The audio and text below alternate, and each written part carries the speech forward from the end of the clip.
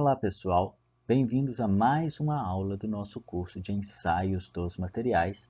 Vamos falar de ensaio de tração, a parte 4, onde falaremos de coeficiente de encruamento, coeficiente de resistência e faremos alguns exercícios.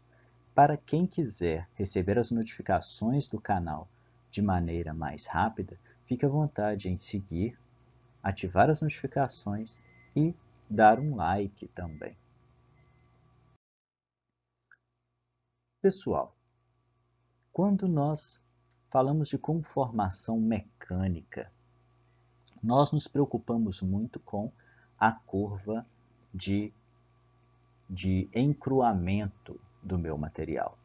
Nessa curva de encruamento, nós medimos a resistência à mudança de forma, que chamamos de KF.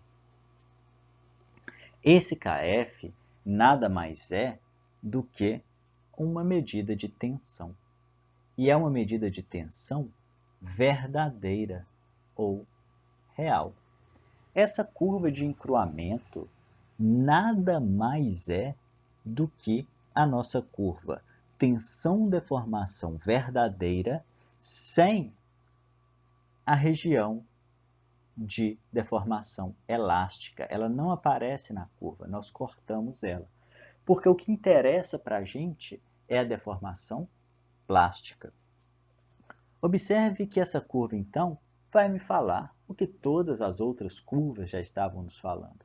À medida que eu tenho uma deformação real, nesse caso chamado de φ, mas nós também estamos chamando de deformação real, à medida que essa deformação acontece, eu preciso aplicar uma força, uma tensão maior para que o meu material continue a se deformar.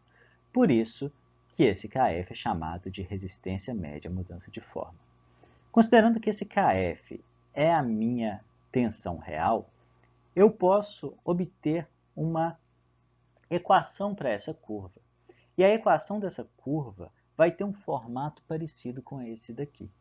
Tensão real é igual a K multiplicado pela deformação real elevado a N.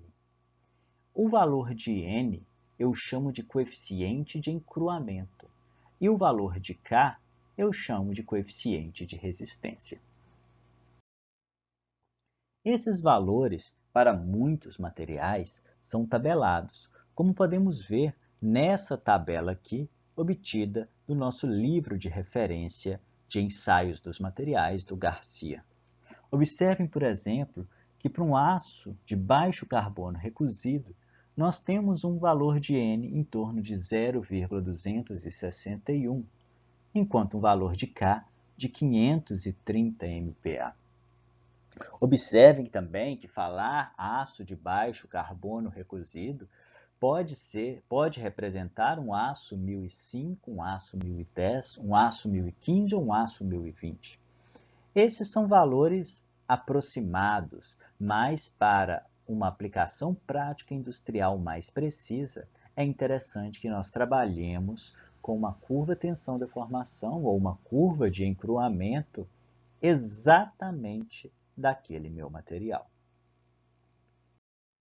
Vamos fazer um exercício para entender como funciona essa curva de encruamento e como nós podemos utilizar os valores de N e K na prática? Então vamos lá. Trace a curva de encruamento para um aço 4340 recozido de acordo com a tabela anterior. Eu repeti a nossa tabela aqui. Primeiro passo para nós traçarmos essa curva tensão-deformação de tensão-deformação verdadeira, sem a região de deformação elástica, que nós chamamos de curva de encruamento, é encontrar os valores de N e K. Os valores de N e K podem ser encontrados na nossa tabela, como eu marquei aqui para vocês.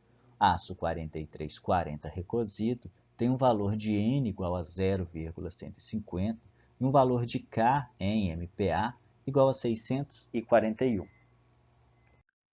Dessa forma, eu fui ao Excel e criei uma tabelinha para a gente. uma tabela onde eu tenho deformação e onde eu tenho tensão.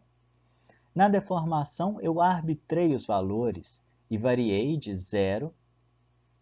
Na realidade, esse 0 é um valor que não representa uma realidade para a gente, mas comecei de 0 mesmo assim, e variei de 0,01 até 0,22. Observe também que 0,01 é 1% de deformação e 0,22 é 22% de deformação. O valor da tensão, eu utilizei exatamente essa equação, com os valores de N 150 e o valor de K 641. Apliquei no Excel e pedi os valores de tensão para cada uma das deformações. Plotei em um gráfico e, olhe só, obtive um gráfico semelhante àquela curva tensão-deformação que nós vimos agora há pouco, aquela curva de encruamento. Observe que à medida que eu vou chegando perto de 0, as informações dessa curva começam a fazer menos sentido. O ideal é que eu plote o máximo de pontos possível próximo entre 0 e o primeiro valor que eu tenho, para que essa curva tenha uma variação mais suave.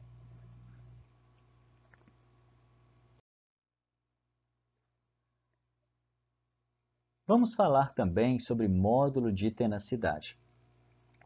Como eu falei com vocês lá nas primeiras aulas, módulo de tenacidade é uma relação que me dá uma noção de energia absorvida pelo material até a sua fratura. Observe também que a energia absorvida por esse material é a área abaixo dessa curva. A área abaixo da curva será o meu módulo de tenacidade. Existem algumas equaçõezinhas para simplificar esse cálculo. Uma delas é a equação do módulo de tenacidade para materiais dúcteis. Olha só, para materiais dúcteis, eu tenho uma região elástica e eu tenho uma longa região plástica. Essa equação que nós vemos aqui em cima, ela tenta aproximar a medida da área sobre a curva. Essa área que sobra aqui em cima é compensada pela área que eu estou contando aqui embaixo. E fazendo essa aproximação, eu vou obter essa equaçãozinha aqui. Módulo de tenacidade para um material dúctil é igual ao limite de resistência mais o limite de escoamento dividido por 2 multiplicado pela minha deformação final. Observe que no fim, o que eu estou calculando aqui, olha, é a área desse quadrado inteiro. Vocês podem pensar que a área desse quadrado é maior do que a área abaixo da minha curva. E, de fato, eu pego uma região que não está nem abaixo da curva. Mas a ideia é que essa região que eu estou pegando aqui fora da minha curva, ela é compensada pela região que eu não estou pegando aqui, olha, abaixo da minha curva. Lembre também que essa é uma equação aproximada. Os valores que ela vai nos dar são valores muito aproximados, mas longe de serem valores exatos. Ela vai nos dar apenas uma noção da tenacidade e não vai acertar em cheio a tenacidade. Nós vamos ver um método para calcular isso de uma maneira mais precisa. Então, essa equação nada mais é do que a equação desse quadrado. Eu somei o módulo de escoamento, o meu limite de escoamento com o limite de resistência e dividi por 2, achando uma média entre eles. E multipliquei pela deformação final, ou seja, base vezes altura. Essa equação só é válida para materiais que são dúcteis, que têm essa longa região de alongamento. Para materiais frágeis, que se rompem logo após o meu limite de escoamento, eu vou obter uma outra equação. Observem que o módulo de tenacidade vai ser igual a 2/3 do meu limite de resistência multiplicado pela deformação final. Novamente, eu estou calculando a área de um quadrado e considerando que essa região fora da curva está compensada pela região dentro da curva que eu não calculei. Observem também que, nesse caso, eu poderia, por exemplo, para um valor mais preciso, calcular a área de um triângulo e depois calcular a área de um retângulo e somá-las. Obteria um valor um pouco mais preciso. Mas para materiais frágeis, onde eu quero apenas uma aproximação do módulo de tenacidade, eu posso utilizar essa equação aqui. Vamos fazer um exercício para treinar o cálculo desse módulo de tenacidade. Calcule o módulo de tenacidade do aço que possui o diagrama tensão-deformação abaixo. Vocês que já estão com olhos treinados já observaram que esse é um gráfico tensão-deformação do aço 1045 que nós vimos agora há pouco. Como nós iremos calcular o módulo de tenacidade? O primeiro ponto, e aqui muito importante, está nessa região. Eu preciso do limite de escoamento. E esse limite claro que eu vejo aqui, olha, nessa região, é o meu limite de proporcionalidade. Eu poderia aproximá-lo ao limite de escoamento? Poderia sim, e isso foi dito anteriormente, mas nós teremos um pouco mais de preciosismo neste momento. Eu irei traçar aqui uma reta paralela a essa reta que eu vejo até o limite de proporcionalidade e deslocá-la 0,2% para aços carbono comum, como nós vimos nas aulas passadas. Essa linha, ao cruzar com a minha curva, eu vou considerar como sendo a região que vai delimitar o meu limite de escoamento. Traçando e batendo essa linha no meu eixo Y, eu vou observar que o meu limite de escoamento está em torno de 450 MPa. O meu limite de resistência, já visto no exercício passado, eu obtenho do ponto máximo da minha curva, e é 770 MPa. A minha deformação final, vou pegar no ponto final de deformação, onde houve a fratura, e vou ver que está em torno de 20%, ou 0,2%. Observe que eu utilizo 0,2% e não 20%. Jogando todos esses valores nessa minha equação de material dúctil, eu vou obter esse limite de tenacidade, 52,7 MPa. Observem que MPa não é por si só uma medida de energia, mas ela me dá uma noção de energia. Quando formos falar de unidades, nós falaremos mais sobre isso. Mas é importante notar que MPa é uma medida de tensão e não de fato de energia. Outro ponto importante é a escolha da equação. Nós escolhemos a equação para material dúctil porque eu observo pelo comportamento da minha curva que eu tenho material dúctil.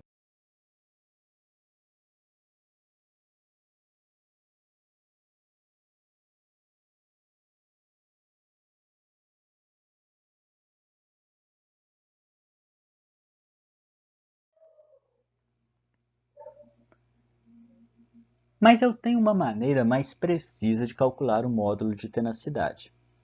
Eu posso dividir a minha curva em vários retângulos, de modo que a soma deles será igual à área abaixo da curva. Eu posso, por exemplo, começar nesse ponto, olha, e criar um pequeno retângulo. A região por fora da curva vai compensar a região de dentro da minha curva que eu não calculei. Olha só, sobrou um pedacinho aqui, que não está representado no meu retângulo. Porém, esse pedacinho que eu não somei, eu estou considerando que eu peguei ele por cima da curva. vou criar um novo retângulo, olha só, que vai entrar um pouquinho, e a mesma coisa, essa área que eu estou somando a mais, compensa que eu estou somando a menos. Vou fazer a mesma coisa aqui.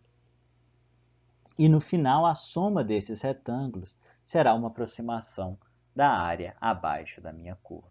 Observe que quanto mais fino for o meu retângulo, mais preciso será o meu módulo de tenacidade. Obtendo os dados de um teste de tração e trabalhando esses dados numa planilha, eu posso criar milhares de pequeniníssimos retângulos e assim determinar o módulo de tenacidade geral do meu material, de uma maneira mais precisa e mais eficiente. Mas, para medidas corriqueiras, vamos utilizar aquelas equações que nós aprendemos. Pessoal, muito obrigado por assistirem a aula até aqui. Até a próxima aula.